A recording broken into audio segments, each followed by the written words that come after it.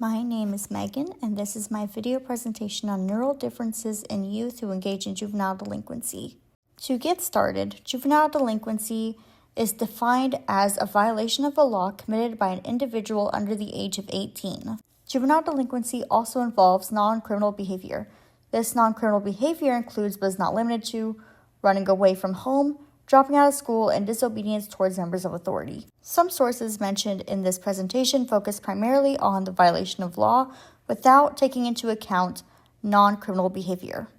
Juvenile delinquency is important to research because of its direct and indirect impact on communities, families, and individuals. There are also well-documented relationships that can be predictors of juvenile delinquency. I will be going through some of these documented relationships throughout the course of this video presentation.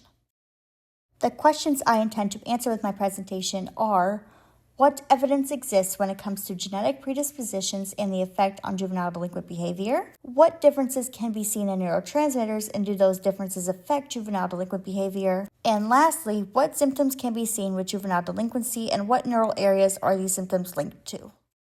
Starting off with question 1, what evidence exists when it comes to genetic predispositions and the effect on juvenile delinquent behavior?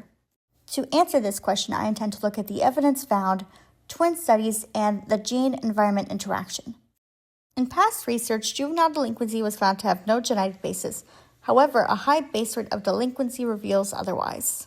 Furthermore, past genetic studies on delinquency tended not to discriminate between nonviolent, violent, and property offenses. There is also no mention of non-criminal behavior.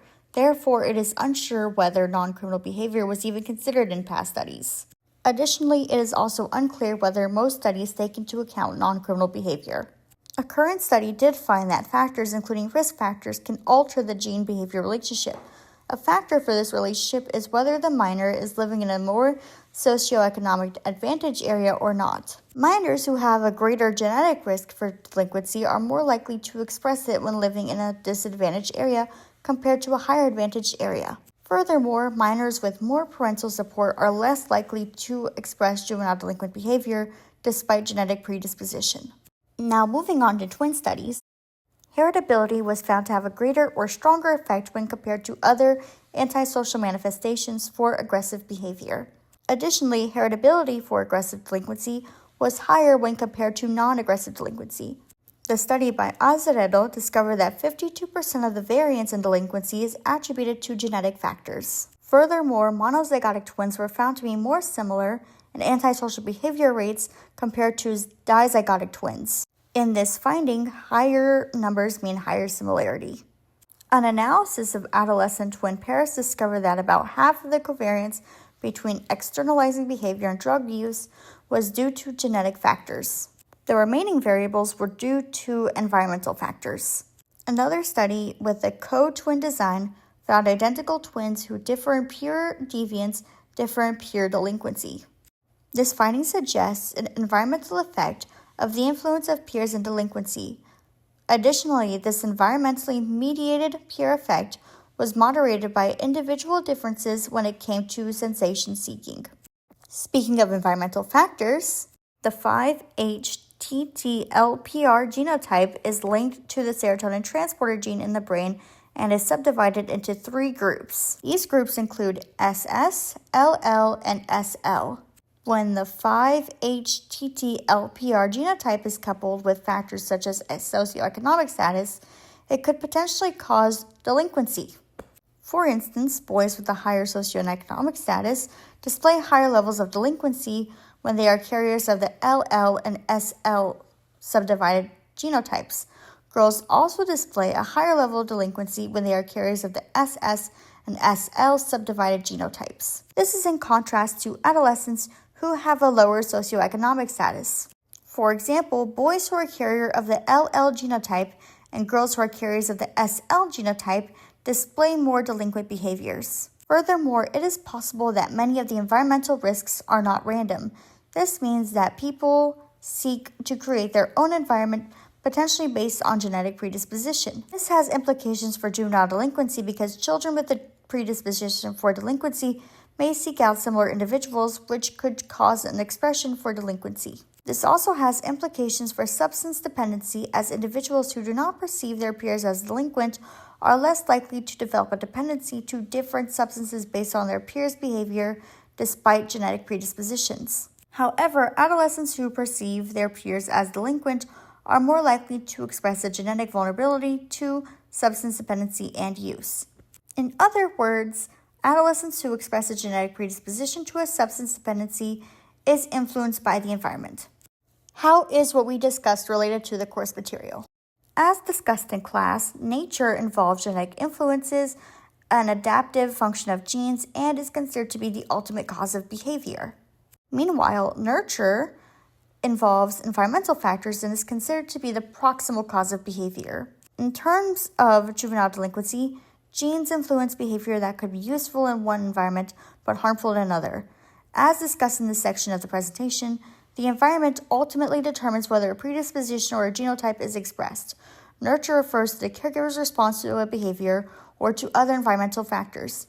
These environmental factors include the socioeconomic status and support for the child. Nurture is considered to be one of the influences on behavior. Now transitioning to question 2, what differences can be seen in neurotransmitters, and do these differences affect juvenile delinquent behavior? For this question, I will be discussing neurotransmitter differences and how neurotransmitters affect delinquency. Starting off with serotonin, the HPA axis and the ANS help regulate stress. Individuals who display aggressive behavior are said to be less sensitive to stress. This could be because of the fact that they are engaged in more risky, dangerous, and stressful situations. This reasoning could also potentially explain a low stress sensitivity due to a lack of fear. Sometimes when an individual gets exposed to these types of situations repeatedly, they can become desensitized. This could also mean that they are insensitive to the consequences. Another reasoning emphasizes sensation seeking. Too much or too little stress could be considered aversive if the juvenile tends to have aggressive behavior. ANS activity also appears to be lower in individuals with aggressive behavior. In regards to the HPA axis, studies found children with disruptive behavior disorder had lower or absent cortisol levels when they were exposed to frustration or provocation. Due to the fact serotonin interacts with the HPA axis, stimulation and depletion both have implications for juvenile delinquency. For instance, stimulation or activation of serotonin causes an increase of cortisol levels. In contrast, a depletion of tryptophan disrupts and depletes serotonin, which also depletes cortisol. It is extremely likely serotonin has implications for aggressive behavior and delinquency because cortisol reactivity is impaired when serotonin is disruptive. What about dopamine? Dopamine pathways project to the amygdala, striatum, and prefrontal cortex. The rise in quality and quantity of dopamine receptors happens abruptly during adolescence. These dopamine pathways are disproportionate, which means that some points will become hyperactive while others will be slower to respond to stimuli. Dopamine receptors themselves are classified into 2 subtypes. These subtypes are D1 and D2. D1 is known to be excitatory, while D2 is known to be inhibitory. If these 2 receptors are in equilibrium, it is known to cause delinquent behaviors. Do these differences affect delinquent behavior? The short answer is yes. Serotonin and dopamine imbalances were known to contribute to aggressive behavior. Furthermore, low levels of serotonin can cause levels of dopamine to increase. This then causes a larger likelihood of aggression to a stressful environment. Additionally, if the serotonergic system is impaired, it will result in the dopaminergic hyperfunction. Dopaminergic hyperfunction is the inability to regulate emotions and react violently. The dopamine receptors, DRD2 and DRD4, are most consistently linked with substance abuse. D4 has also been linked to externalizing behaviors such as impulsivity, aggression, and delinquent behavior. 20 studies examining serotonin found low levels were associated with aggressive behaviors, regardless of mental health and crime committed. Individuals who engaged in impulsive violence were more likely to have less serotonin compared to those who did not engage in impulsive violence. How does this relate to the course material? Dopamine creates either excitation or inhibition depending on the receptor it binds to. Furthermore, dopamine acts like an agonist because it initiates the physiological response when interacting with the receptor. For instance, when dopamine binds to D1, it allows for a faster response rate when it comes to stimuli. Serotonin has an extremely similar characteristic to dopamine. An example discussed in class was Prozac and how it interacts with the reuptake process. Normally, serotonin gets released into the synapse and gets reabsorbed. Prozac blocks some of that reuptake and allows serotonin to remain in the synapse for longer. Medications that target serotonin activity could potentially help reduce some of the behaviors of delinquency by keeping serotonin active for longer.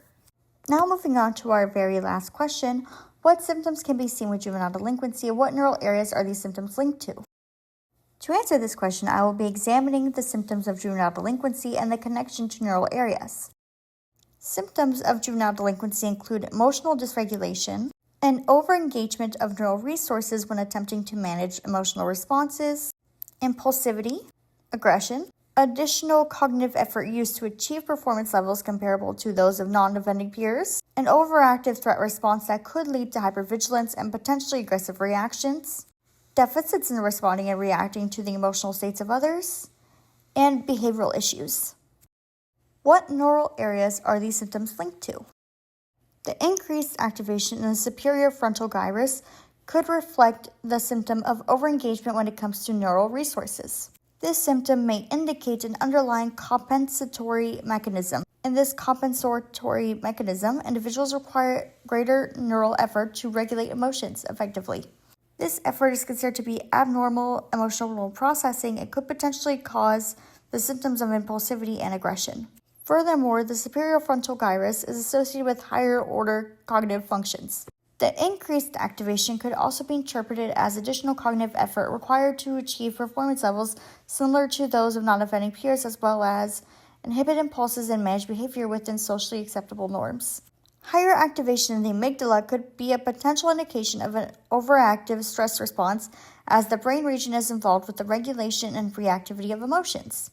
These emotions in particular consist of fear and aggression. This overactive stress response could lead to hypervigilance and aggression reactions to perceived threats. Additionally, the amygdala is involved in the interpretation of social cues and empathy.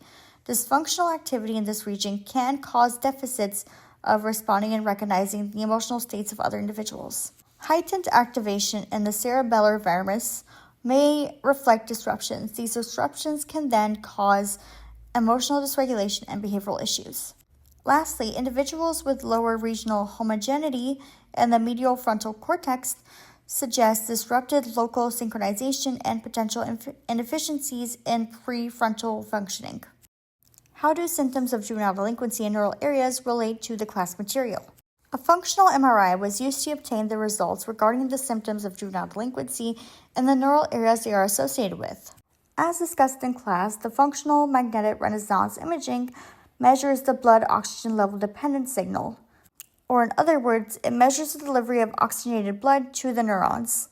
An fMRI also infers neural activity as active neurons demand more oxygen. These next few slides will feature the sources I used to help create this presentation.